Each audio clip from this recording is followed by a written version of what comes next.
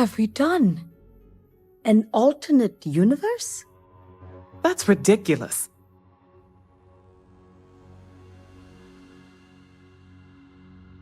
We tend to assume that the universe is patient, that it will wait for us to look, that no matter how precisely we aim our instruments, no matter how carefully we tune the frequency of our questions, the world on the other side of the lens will still be there, unchanged by the act of inquiry.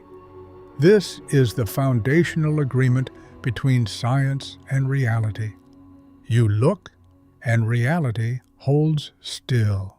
You measure, and something true comes back. The universe absorbs the scrutiny and carries on. Nishina Research Station trusted that agreement. The researchers who built their careers on Freya III trusted it. They were rigorous, credentialed, careful. They had protocols. They had data. They had years of accumulated understanding about gravitational anomalies and their behavior, and they applied all of it with the kind of methodical patience that defines serious scientific work at the outermost edge of what a human civilization knows how to do. And then they ran their experiment, and the universe did not hold still. What happened at Nishina isn't simply a story about a disaster or about the catastrophic gap between ambition and consequence. It's a story about what happens when a civilization reaches for something so fundamental that the act of reaching changes the shape of the world. The researchers at Nishina didn't make a careless mistake. They didn't cut corners or ignore warnings or let recklessness override discipline. They did everything right.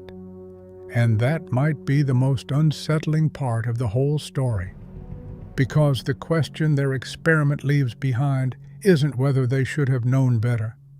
The question is whether there are some things in this universe that cannot be studied without being broken open, and whether it is possible to cross that line before you ever realize the line was there. Freya III is not, at first glance, the kind of place that attracts the ambitious. The planet sits in the Freya system at the outer edge of comfortable human reach, not so remote as to be inaccessible, but far enough from the centers of power in New Atlantis or Neon that the journey requires intention. Its surface is cold. The light has that thin, filtered quality common to worlds at moderate stellar distances, and the landscape carries the particular kind of quiet that comes not from peace, but from isolation. Freya III is a planet that asks something of you just by being there. You don't end up here by accident. You end up here because something here was worth the trip. The Nishina Research Station is nestled into that landscape with the quiet efficiency of a facility built to last rather than to impress.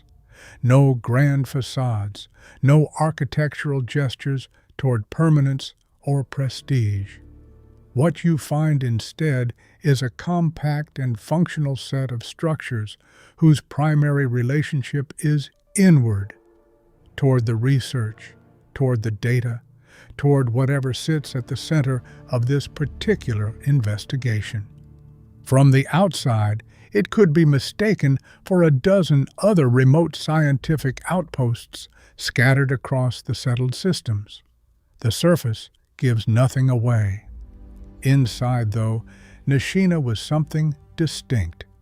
Founded in 2326 and purpose-built for the investigation of the anomaly, the facility had the resources and autonomy to pursue long-duration projects at the absolute boundary of known physics, something that placed it in a category apart from most research institutions in the settled systems.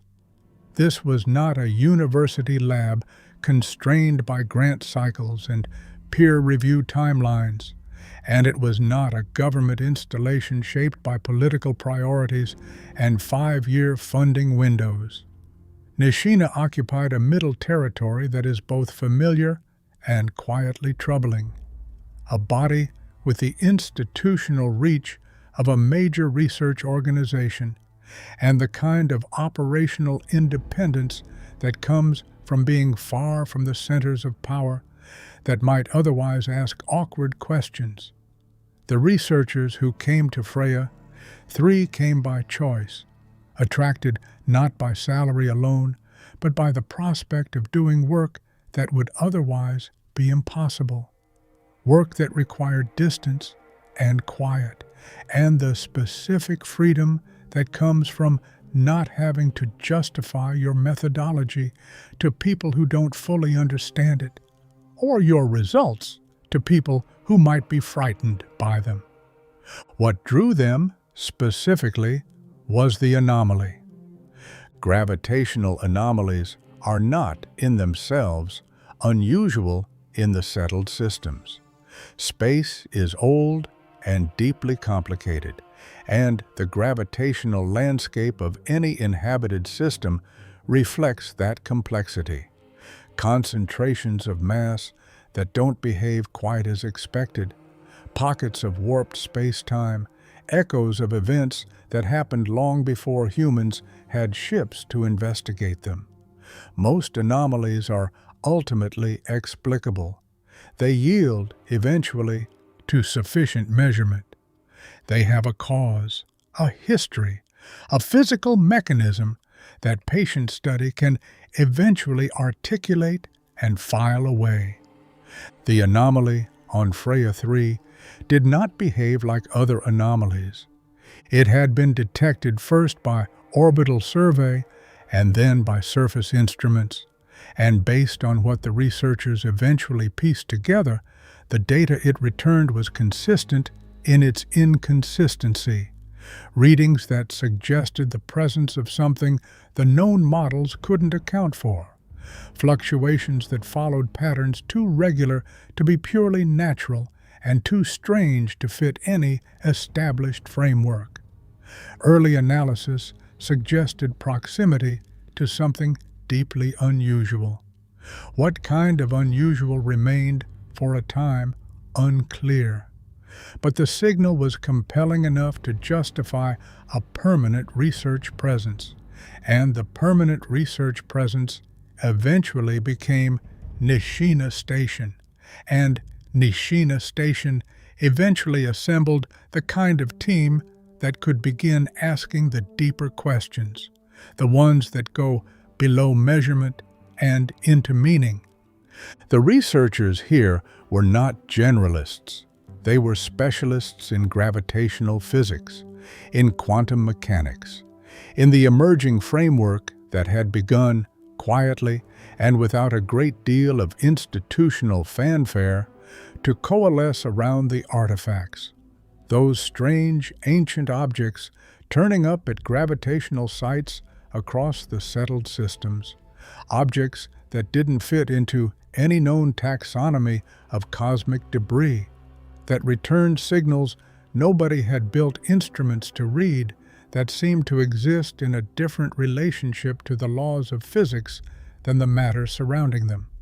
The people at Nishina knew about the artifacts, or at minimum knew enough about the signal coming from Freya III to infer that whatever was down there belonged to the same category of problem. It is reasonable to assume that some of them had been constructing theoretical frameworks around these objects long before they set foot here. They came because they understood, at least partially, what the anomaly might be. And understanding that meant understanding what they stood to find. They were right, as it turned out. They were right about nearly everything. And it didn't save them. Before you can understand what the experiment did, you have to understand what the researchers believed they were approaching. The anomaly on Freya III resisted the usual frameworks. Based on what the researchers were eventually able to reconstruct, The site showed evidence of something that behaved differently from any gravitational phenomenon in the existing literature, not simply a concentration of mass or a distortion of space-time in the conventional sense, but something that pointed toward a different kind of organizing principle entirely. The artifacts that kept appearing at sites like this one had been emitting a consistent signal for as long as humans had been sensitive enough to detect it. That signal, when the researchers at Nishina began to decode it, pointed not toward a physical source in any ordinary sense, but toward what they had started calling, in their more candid moments, a threshold. Not a boundary between two regions of space, a boundary between two states of reality. The concept they were working with had deep roots in theoretical physics. The idea that what we experience as a singular, continuous universe is in fact one of many possible configurations, and that under specific conditions, those configurations might overlap, intersect, or become briefly accessible to one another. This is not, in the abstract, a radical idea. Serious theoretical work has circled it for centuries. What Nishina was doing that was genuinely new, genuinely unprecedented, was operating in proximity to an artifact that, based on the signal it emitted and the anomalous conditions surrounding it, appeared to be somehow physically connected to the mechanism by which those configurations interacted. Not a theory about the boundary between realities, an object that could imply, if the researcher's reading of the data was right, that it was itself part of that boundary structure. Getting close enough to study it directly had required years of preparatory work. Shielding, measurement arrays, environmental systems designed to interact with the artifact's gravitational field without destabilizing the conditions around it. The station had been purpose-built for exactly this progression, from detection to characterization to direct experimental contact. And by the time of the accident, the researchers had spent several years working steadily toward a moment when they would not simply observe the anomaly from outside, but would attempt to measure the artifact from within its own gravitational influence, using equipment calibrated specifically to the frequency of the signal the artifact had been emitting. They were trying, in essence, to ask the artifact a question. What are you, and what are you connected to? The work had been underway for months. The researchers in the High Energy Research Lab were in the calibration phase, the painstaking iterative process of tuning their experimental probe to the artifact's signal without triggering an uncontrolled response. Calibration is not glamorous work. It is methodical and slow, the kind of science that happens in the space between major events rather than at their center. But it is also the work that brings you closest to the thing you are studying. In the calibration phase, you are no longer theorizing at a remove. You are touching the edge of it directly, adjusting the contact with each iteration, learning by proximity in a way that even the most sophisticated remote analysis cannot replicate. The researchers in that lab understood what they were handling. They were careful. And then something went wrong. The precise nature of the mishap is difficult to reconstruct. The instrumentation that might have captured it was immediately compromised by what it caused, and the accounts of those who survived are filtered through shock and the subsequent unreality of what followed. What the available evidence suggests is this. During a calibration run, the experimental probe made contact with the artifact at a frequency and depth that went beyond the intended parameters. Whether this was a measurement error, an equipment failure, or a property of the artifact itself that the researchers had not anticipated, something that could not have been anticipated with the knowledge they had. The effect was an explosion in the high-energy lab. Sudden, total, the kind of event that ends before it can be understood. The exact sequence of what followed is difficult to reconstruct, and in a certain sense, genuinely unexplained. Even the researchers who lived through it were never able to produce a complete account of the causal mechanism.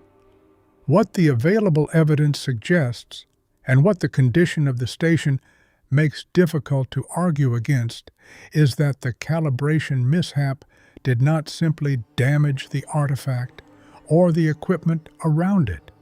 Something in the interaction, in the specific contact between the experimental probe and whatever the artifact is connected to, produced an effect that went far beyond a contained explosion. The nature of that interaction is hard to state with precision. What can be said is that the result bore the character of an entanglement, a binding, somehow, of the station's immediate physical reality to something the artifact was already in relationship with. That something, as the aftermath made increasingly clear, was not singular. The artifact existed, and this inference is difficult to avoid given what followed, in relationship to more than one state of reality simultaneously. The researchers had theorized something like this. They knew they were dealing with something that connected different configurations of space-time. What they had not anticipated was that their calibration equipment, in the act of making contact with that connection, would extend it outward, would pull the station itself into the same condition as the artifact, the condition of existing in more than one state at once. The physical result was immediate and total. Nishina Research Station fractured, not structurally, not in any way that would register as damage on a conventional system scan, but ontologically. Two versions of the station came to occupy the same space at the same time. In the first version, what might be called the original reality, the explosion had killed Rafael Aguerro, the facility's chief research engineer, and sent the research level into automated lockdown. The rest of the station staff were alive, grieving their colleague, spending months attempting to regain access to the level where the artifact still sat. In the other version, the alternative, the explosion had triggered a catastrophic hydrogen leak, igniting a fuel-air explosion in the above-ground facility that killed nearly everyone instantly. In this version, Rafael had survived. He was the only one who had. These two versions did not replace each other. They did not take turns. They overlapped constantly and completely in the same physical space. For anyone inside, the experience was one of radical discontinuity. Objects, people, and structures from the other version of reality became intermittently visible, audible, tangible. The corridors of a facility you had walked 100 times suddenly contained rooms configured differently, doors that opened onto spaces that didn't match your memory, colleagues who moved through the same air you were breathing and then vanished according to no logic you could follow. The station's data systems now returned contradictory readings for every sensor in the building. The records became unreliable, not corrupted exactly, but doubled, split across two histories that could not both be right. The station's emergency systems responded to a crisis they had not been designed to recognize. Alarms calibrated to physical breaches, fires, atmospheric failures. They fired or didn't fire, according to which version of the station they were physically located in, which was not always the same version as the emergency they were meant to detect. Communications routed through infrastructure that was partially in one reality and partially in another, producing transmissions that arrived garbled or not at all, or that arrived perfectly clear, but were answered by a version of the station that no longer shared the same problem. Life support, power generation, environmental control, all of it continued operating across a split it could not comprehend, serving a space that had become, in the most fundamental sense, two spaces.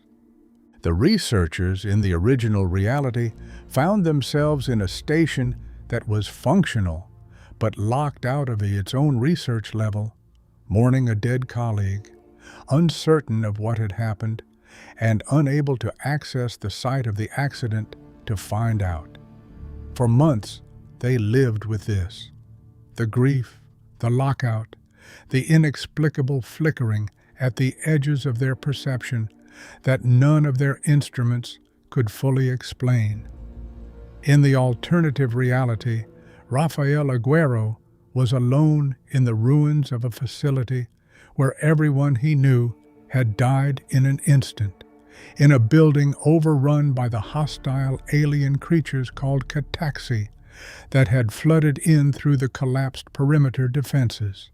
He had sent the distress call from that ruin, calling out across both realities at once, not knowing who might be able to hear him from the other side.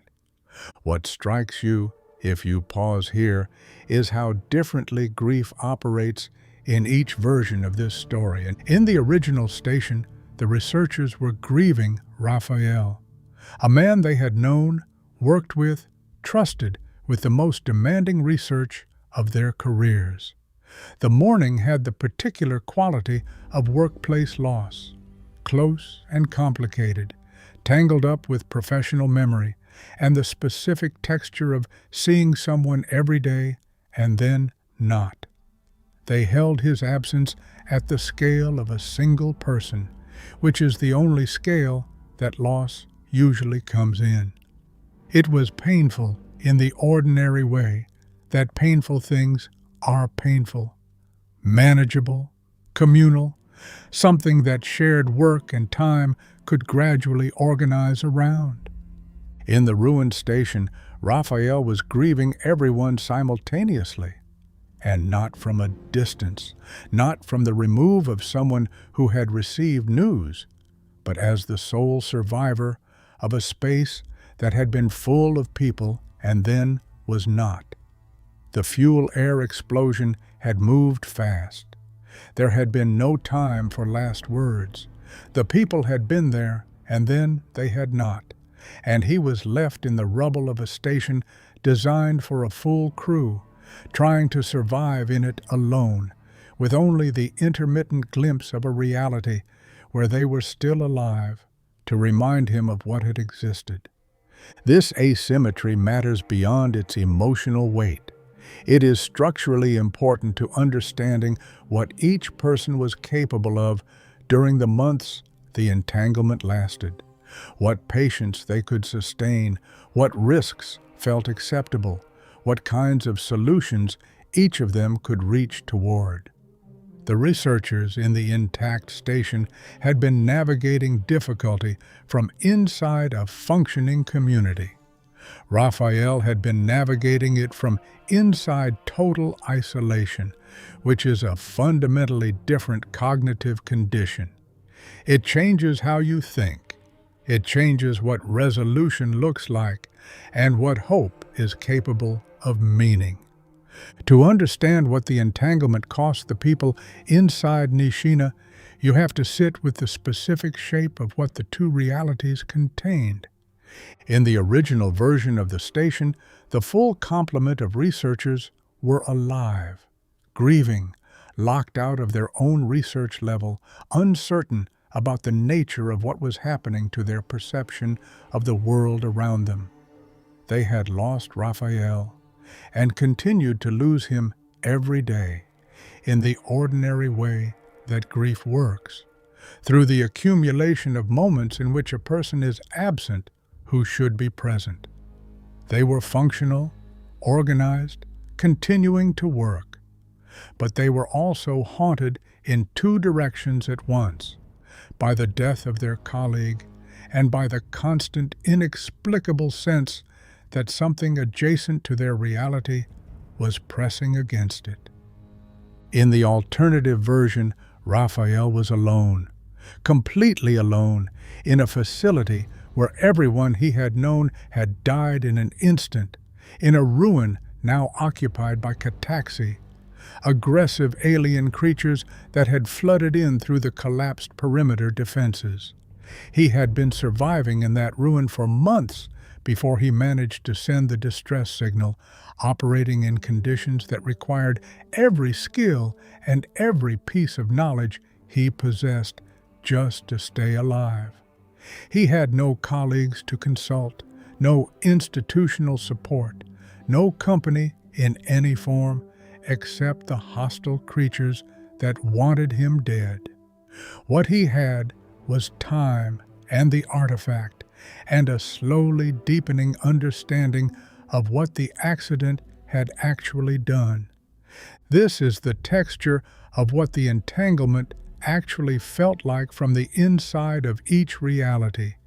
And it matters, because it shapes what each survivor, or group of survivors, became. Living inside conditions of that kind over extended time doesn't simply cause stress. It reorganizes the way you think. The researchers in the intact station had each other, which meant they preserved the habits of community, debate, collaboration, shared meals, the maintenance of ordinary social life against the pressure of the extraordinary. Rafael had none of that. He had only his own mind and the artifact, and the months to think about what had happened and what, if anything, could be done about it. These different conditions had produced different conclusions. The researchers in the intact station had been working toward a solution that would restore both realities to their pre-accident singularity, or preserve the stability of the reality they were in, while somehow also preserving Rafael. They had not given up on an outcome that saved everyone. There is something admirable in that refusal, the persistent belief that the universe will yield a better answer if you ask long enough and carefully enough. Rafael had reached a different understanding, one informed by his more direct, more solitary proximity to the artifact. He understood what making the station permanent in either reality would mean for the other. But he had also discovered something that the researchers in the intact station had not yet realized, that there was a third possibility, that if the experimental equipment in both realities could be simultaneously calibrated, both machines tuned and corrected at the same time by someone who could move between versions, the entanglement could be resolved in a way that preserved both, that both realities could be made permanent simultaneously, with everyone in each continuing to exist. This is the knowledge he had been waiting to share with someone who could actually use it, someone who could cross between the versions with intent, not just at random, someone like the visitor who arrived from Constellation. When an operative arrived at Nishina, following the artifact signal that had been pulling the organization's attention across the settled systems, What they found was not simply a disaster site. It was an active, unresolved crisis split across two versions of the same location, each one real, each one waiting for something that only someone capable of moving between them could provide. The operative could cross between the versions deliberately, stepping through the distortions, those points of intersection where the two realities briefly aligned enough to permit passage. Where the researchers in the original station were confined to their version, and where Rafael was confined to his ruin, the operative could move with something approaching intention, not ease. The transitions had their own costs and disorientation, but choice. And choice was the one resource the situation had been missing for months. What the operative encountered in the original station was a community of researchers in a state of sustained, organized grief. The station functioned. The work continued. But the people in it had been living with the loss of a colleague, with the lockout of their own research level, and with the persistent strangeness of perceiving the edges of a reality that wasn't quite the only one. And they had been doing it for months without resolution. Director Kaia Patel, who ran the facility, carried the weight of all of it: the accident, the death, the inexplicable aftermath that no one had frameworks to explain. Her station was doing the best it could, but the best it could do was remain frozen, waiting for something that didn't yet have a name. In the ruined reality, the operative found Rafael Aguerro alone in a facility that was more ruin than station. Corridors broken, power failing, cataxy occupying the spaces that had once been laboratories and common rooms. He had been surviving in that ruin since the accident, isolated from every other living person except the intermittent, unpredictable glimpses of a version of the station where his colleagues moved through intact corridors, unaware of what had happened to him. He had had months to think about what the artifact had done and how it might be addressed. What he had concluded was not a theory. It was a method. The operative had to carry this between the two versions, Raphael's understanding to the people who had the equipment and the institutional knowledge to act on it, Director Patel's resources and authority to the ruin where Raphael had been working alone. They had to navigate the distortions, which shifted and were not always cooperative, and manage the practical reality that each version of the station presented different obstacles: a locked facility in one, a hostile, overrun ruin in the other. What the quest presents ultimately is a choice that is more nuanced than it first appears. The simplest version of the resolution, shutting off the experimental machine from inside one reality, would preserve that reality and end the other. The researchers would survive. Raphael would not. Or Raphael would survive. Everyone else would not. This is the obvious read of the situation, and it is the read that feels most like a dilemma, most like the universe insisting on a cost.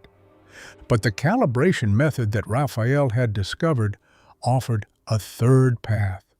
If the experimental equipment in both realities could be simultaneously corrected, both machines calibrated at the same time, something only possible for someone who could move freely between versions, both realities could be stabilized. Both could be made permanent. Everyone could survive. The hardest possible outcome, technically, but the one that matched what the situation was actually asking. Not which set of people was worth more, but whether anyone was willing to do the difficult thing instead of the easy one. Science is always done in a context. No experiment is conducted in isolation from the civilization that made it possible. Nishina Research Station existed within the settled systems, a civilization that had rebuilt itself after the trauma of the catastrophe, that had developed institutions and laws and conventions for managing the extraordinary technologies it depended on, and that had done so with considerable practical success. New Atlantis functions, the trade lanes hold, the United Colonies and the Free Star Collective have maintained something close to peace for long enough that most people alive have never experienced direct conflict between them. By the measures that matter most to most people, safety, continuity, the persistence of ordinary life, humanity in the settled systems has learned from its worst moments. And yet, Nishina existed and conducted the experiment it conducted without apparent institutional constraint adequate to what it was actually doing. This is not because the settled systems had no mechanisms for scientific consideration of the artifacts. Constellation takes them seriously as objects of civilizational significance rather than simply opportunity, and the organization's entire reason for existence is tied to understanding what they are and where they lead. The United Colonies has regulatory structures for other domains. Major corporations have compliance frameworks, at least nominally. The architecture of concern is not entirely absent. What Nishina reveals is the distance between architecture and ambition, the gap that opens when the most qualified people alive to assess a risk are also the people most invested in taking it. The research at Nishina was not the kind of science that fits comfortably within any regulatory framework designed for conventional inquiry. The risks it posed were not risks that standard impact assessments were built to evaluate. The consequences of getting it wrong were not the consequences that safety protocols were written to prevent. The researchers who designed the experiment were, in all likelihood, the most informed people anywhere to judge what the experiment would do. And even they had not fully anticipated the outcome. This is not a failure of intelligence or of caution. It is a failure of category, an attempt to apply the risk management tools of a civilization to a problem that was structurally outside the civilization's ability to comprehend. The broader context of the artifacts makes this failure legible in a particular way. The artifacts are not human technology. They were not made by any civilization within the settled system's historical record. They predate human presence in this region of space by an interval so enormous that the comparison is almost without meaning. Whatever made them operated at a level of physical sophistication that makes the settled system's most advanced technology look like a first approximation, like early explorers with compasses trying to navigate by instruments that cannot measure what they are in the presence of. The artifacts are not inert objects. They respond to attention. They interact with human instruments and human intentions in ways that are not predictable because they are oriented toward purposes that humanity does not yet understand and may not be capable of approaching from the outside. To conduct a direct experiment on one of these objects using instruments calibrated to interact with it at the level of its fundamental physical mechanism, without fully knowing what that mechanism was integrated into or what it was capable of responding with. This was not recklessness. It was the logical endpoint of serious scientific ambition operating without an adequate ceiling. The researchers at Nishina were not irresponsible. They were doing precisely what serious scientists do when they encounter something genuinely unknown. They reached for it with everything they had. The difference between that and recklessness may be, in the end, far smaller than any of us would like it to be. The settled systems has a long history of reaching for things it doesn't fully understand and paying the price later. The catastrophe itself was the largest expression of that pattern, a civilization-level consequence of technologies deployed before their implications could be grasped. It ended Earth.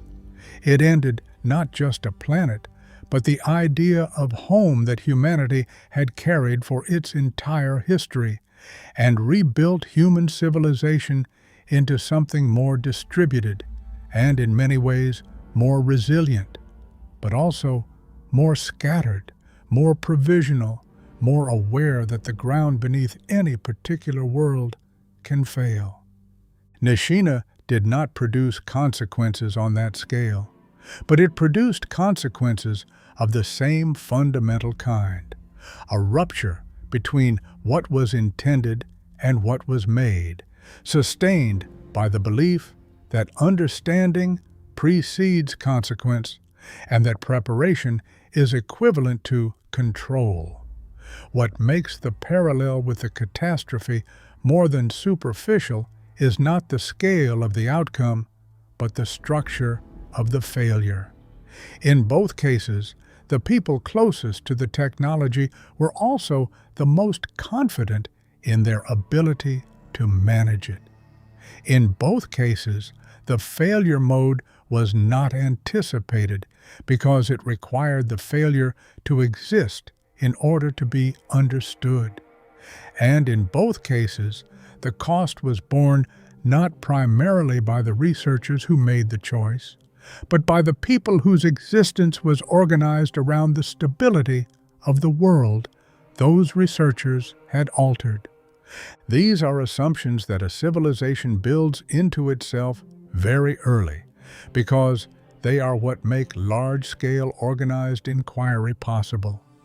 They are also, when brought into contact with something sufficiently beyond the civilization's conceptual reach, the assumptions most likely to fail first. There is a way of looking at the settled systems that emphasizes resilience.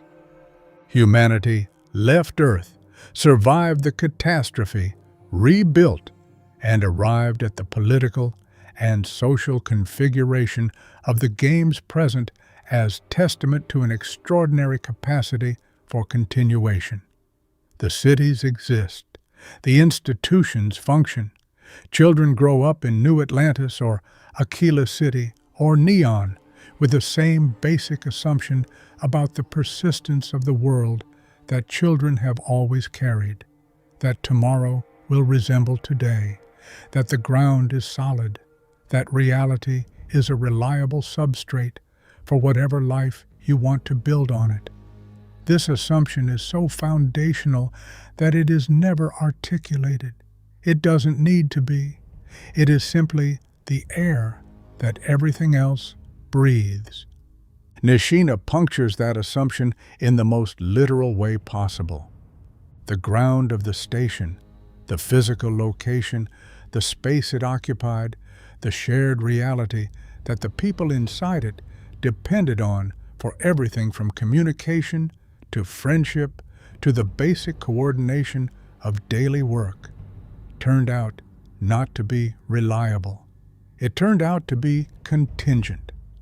The researchers there discovered that what they had treated as the fixed backdrop of their investigation was actually one possible configuration of reality, and that the right kind of interaction with the right kind of object could destabilize that configuration entirely, leaving two overlapping possibilities where one coherent actuality had been. What the entanglement did to the crew was not simply physical harm. It dissolved the shared world. And a shared world is not something that most people, even scientists trained to hold their assumptions loosely, even people who have made a professional practice of uncertainty, have any equipment to rebuild. A shared world is the thing that is assumed before all other things are assumed. It is the precondition of assumption. When it fractures, what fractures with it is not just the ability to agree on what is real. It is the ability to coordinate, to communicate, to maintain the basic common ground on which any human community, any human relationship, any human science depends. The researchers of Nishina discovered this not as a theoretical proposition, but as a lived condition. They lived inside the fracture. They experienced daily the disorientation of a world that was not quite resolving, that contained more than one answer to the question of what was there. And that experience changed them in ways that cannot be neatly separated from what they learned about the artifact, or the anomaly, or the nature of what Constellation calls the unity. The knowledge and the wound at Nishina are the same thing. This is perhaps what the artifacts are, understood from the widest possible angle. Not weapons, not tools, not monuments to a vanished civilization, though they function as all of these partially. They are objects that make visible the contingency of the real, that reveal in the most direct and inescapable way that the universe we inhabit is not the only possible universe, that the boundary between what is and what could have been is not as absolute as it appears from inside a single history.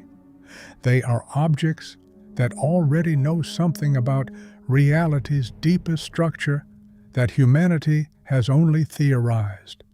And when humans reach for that knowledge directly, the knowledge reaches back. Not with hostility, with simple honesty, with the neutral, devastating clarity of a fact that doesn't care whether you were ready for it. The unity that Constellation is working to understand, that strange transformative threshold that the main quest line is ultimately driving toward, may be connected to this in ways the game leaves deliberately open. The Starborn who have passed through the unity and returned are changed by the experience in ways that are hard to fully articulate. And one way of reading what changed them is that they have been in direct contact with the same fundamental truth the Nishina artifact was expressing when the accident occurred. That reality is not singular, that other configurations of it exist, and that the boundary between them is thinner than it appears. If that reading holds, then the researchers at Nishina were approaching the same territory from a completely different direction, not through the personal transformation of a unity crossing, but through the institutional path of controlled experiment. They were trying to reach the same understanding the Starborn carry, without passing through whatever the unity does to the people who cross it. Whether that was ever going to work, and whether the kind of knowledge the artifacts are connected to is even accessible through external instrumentation, is a question the accident raised but did not answer. What remains of Nishina after the visitor arrives and makes the choice that resolves the entanglement is a site permanently marked by what happened there.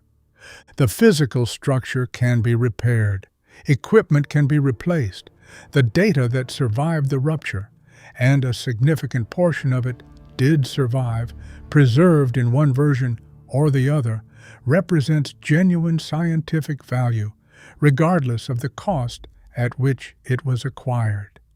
The researchers who continue their work there will carry forward an understanding of the artifacts and their behavior that would not exist without the experiment's terrible outcome. In this narrow and uncomfortable sense, the research succeeded. The question was answered.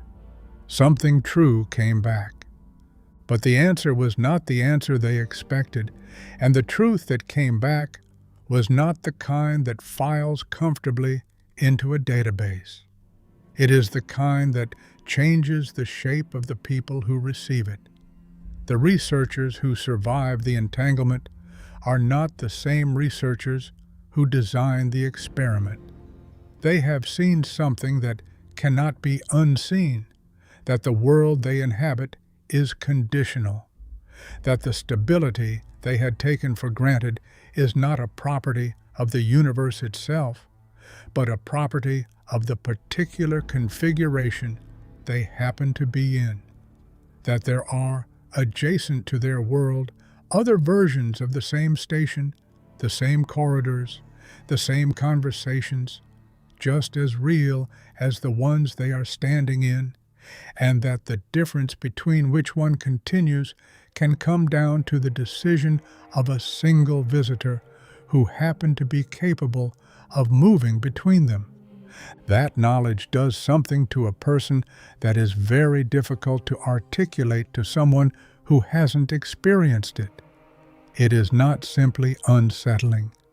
Unsettling implies that the settled condition can be restored. This is something more permanent, a revision of the terms on which you understand your own existence, an understanding that your reality is one answer to a question that could have been answered differently, and that the other answer was also real, and that it ended. This is not the kind of knowledge that integrates smoothly into a pre-existing worldview. It insists on revision.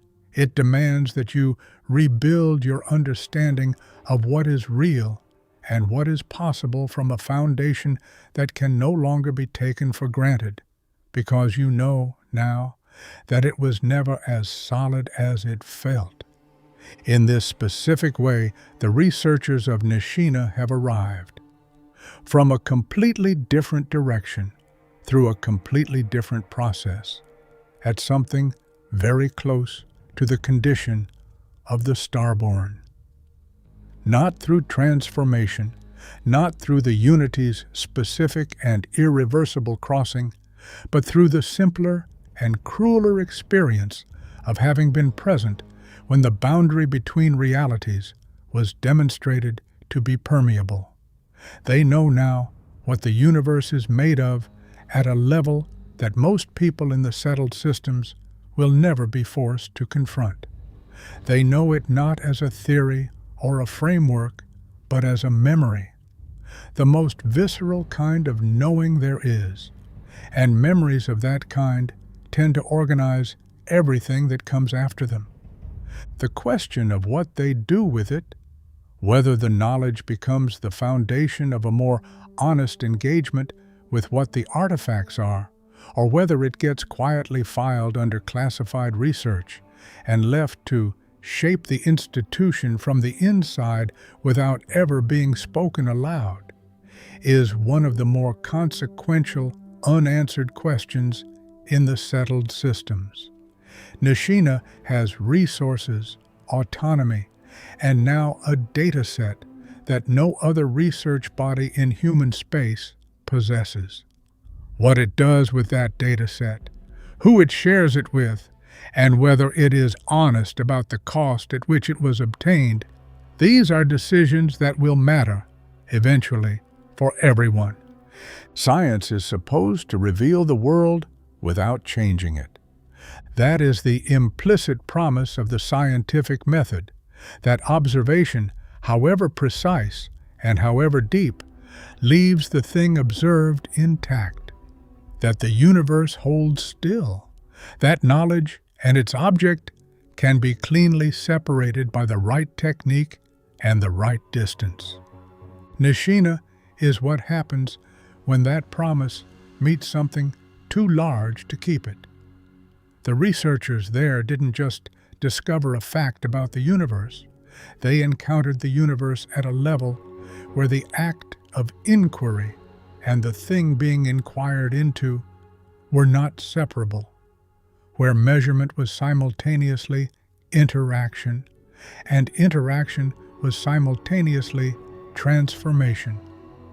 They reached for the artifact, and the artifact reached back, and what it reached back with was not simply more data. It was a demonstration of what it was, or at least of what it does.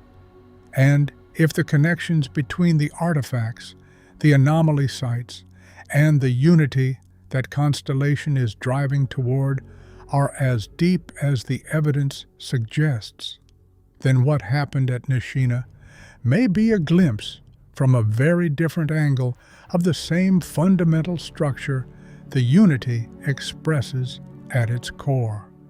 The choice the visitor makes at Nishina, which reality to preserve, which crew to save, which history to make the real one, and which to end, is morally serious and genuinely consequential. But it is also, in a larger frame, a symbol of the choice that the settled systems is facing without fully knowing it. The knowledge embodied in the artifacts, and in the unity, and in the specific event that the experiment on Freya III produced, is already in the world. It cannot be taken back. The researchers of Nishina know things now that they did not know before, and some of what they know is not simply dangerous because it is secret. It is dangerous because it is true, and because the truth of it does not respect the institutional and conceptual boundaries that a civilization builds to manage what it knows. What comes next, for Nishina, for Constellation, for the settled systems as a whole, will depend in part on whether the people in positions to shape that future understand what they are actually holding, whether they treat the experiment's results as a data set to be filed and studied, or as an experience that has irrevocably changed the terms of the conversation about what humanity is doing out here among the stars. The anomaly on Freya III was always there. The artifact was always doing what it does. The researchers of Nishina did not create the rupture in reality. They revealed it by touching it with instruments built from the best understanding a human civilization had assembled up to that point. And revelation, in the context of the settled systems, has a way of being more consequential than discovery, because what has been revealed cannot be denied, and what cannot be denied must eventually be answered. The real question that Nishina leaves behind is not which version of the station was saved. It is what the surviving researchers will do with the knowledge that both versions were real, that the one which ended was not less real for having ended, and that they are living in a universe where reality itself can be a casualty of the question you chose to ask. Somewhere on Freya III, the station continues. Its instruments record, its researchers work, carrying inside them an understanding of the universe that most of humanity hasn't been asked to hold yet. The artifact Lambda, as Constellation's cataloging would eventually classify it, sits at the center of it all, patient in the way that objects outside of time are patient, connected to something vast and quiet and older than the light still reaching us from the first stars. The stars remember what happened on Freya III. Whether the settled systems is ready to hear it is another matter entirely. We'll keep the archive open,